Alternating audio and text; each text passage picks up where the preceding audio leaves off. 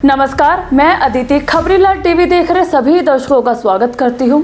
दोस्तों, शंकराचार्य ने अयोध्या में होने वाले राम मंदिर के प्राण प्रतिष्ठा के कार्यक्रम की आलोचना की है। वहां जाने वाले न्योते को ठुकराया है, यह कहते हुए कि हमें मंदिर से कोई दिक्कत नहीं है, हमें प्राण प्रतिष्ठा के तरीके से दिक्कत है। तो अंध भक्तों को मिर्ची लग गई।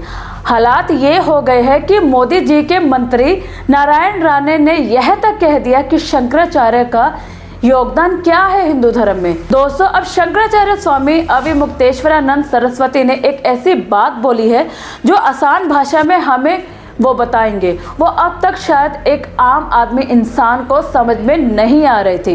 दोस्तों, स्वामी अविमुक्तेश्वरानंद उन शंकराचार्य में से है जिन्होंने सबसे पहले खुलकर इस प्राण प्रतिष्ठा के कार्यक्रम की आलोचना की थी, ये कहते हुए कि जो तरीका अपनाया जा रहा है वो सरासर गलत है।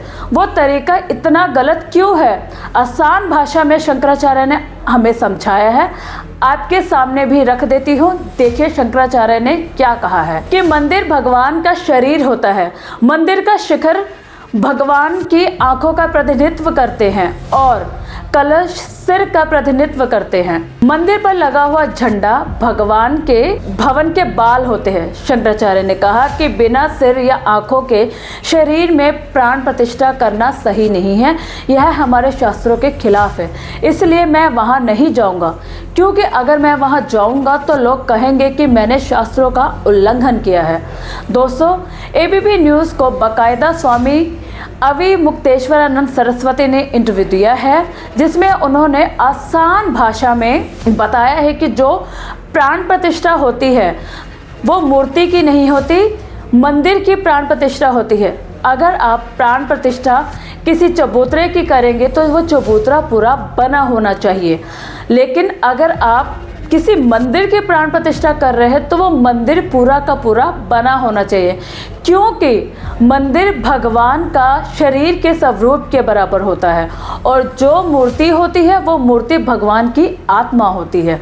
तो प्राण प्रतिष्ठा मूर्ति की नहीं होती, प्राण प्रतिष्ठा मंदिर की जाती है। और आप ऐसे मंदिर की प्राण प्रतिष्ठा करेंगे जो अभी पूरा बना ही नहीं है, और जब वो पूरा बना ही नहीं तो इसकी प्राण प्रतिष्ठा कैसे की जा सकती है। ये बिल्कुल गलत है, ये हिंदू शास्त्र के बिल्कुल खिलाफ है। इसलिए शास्त्र में इसे शामिल नहीं किया जाएगा, शास्त्रों के खिलाफ है। और अगर मैं ये सब जानने के बावजूद भी वहाँ जाता हूँ तो फिर हर लिहाज से मैं शास्त्रों का उल्लंघन कर रहा हूँ। दोस्तों, बड़ी हैरानी की बात है, ये बड़े अपमान की बात है। ये तमाम बातें तो केंद्र की मोदी सरकार को भी पता होगा, राम मंदिर के ट्रस्ट को भी पता होगा, और खुद मोदी जी भी इन सभी बातों को जानते होंगे, क्योंकि यजमान तो वही बन रहे हैं। बाकायदा 11 दिन पहले से जो सख्त नियम और दिनचर्या का पालन करना होता है वो यजमान को करना होता है, और वो यजमान मोदी जी हैं जिनको प्राण प्रतिष्ठा करना है। वो तो उन चीजों पर भी ध्यान दे रहे होंगे। तो मोदी जी को ये छोटी सी बात क्या पता नहीं होगी, या किसी ने समझाई नहीं होगी, या फिर वाकई में जो स्वामी अविमुक्तेश्वरानंद सरस्वती के सहित तमाम शंकराचार्य कह रहे हैं कि इस पूरे के पूरे कार्यक्रम को राजनीतिक लाभ देने के लिए जल्दबाजी में किया जा रहा है। थोड़ा और वक्त दिया जाता तो मंदिर को आराम से बनने दिया जाता। मंदिर जब पूरा बन जाता तो उसमें प्राण प्रतिष्ठा होती, तो वही तरीका सही होता।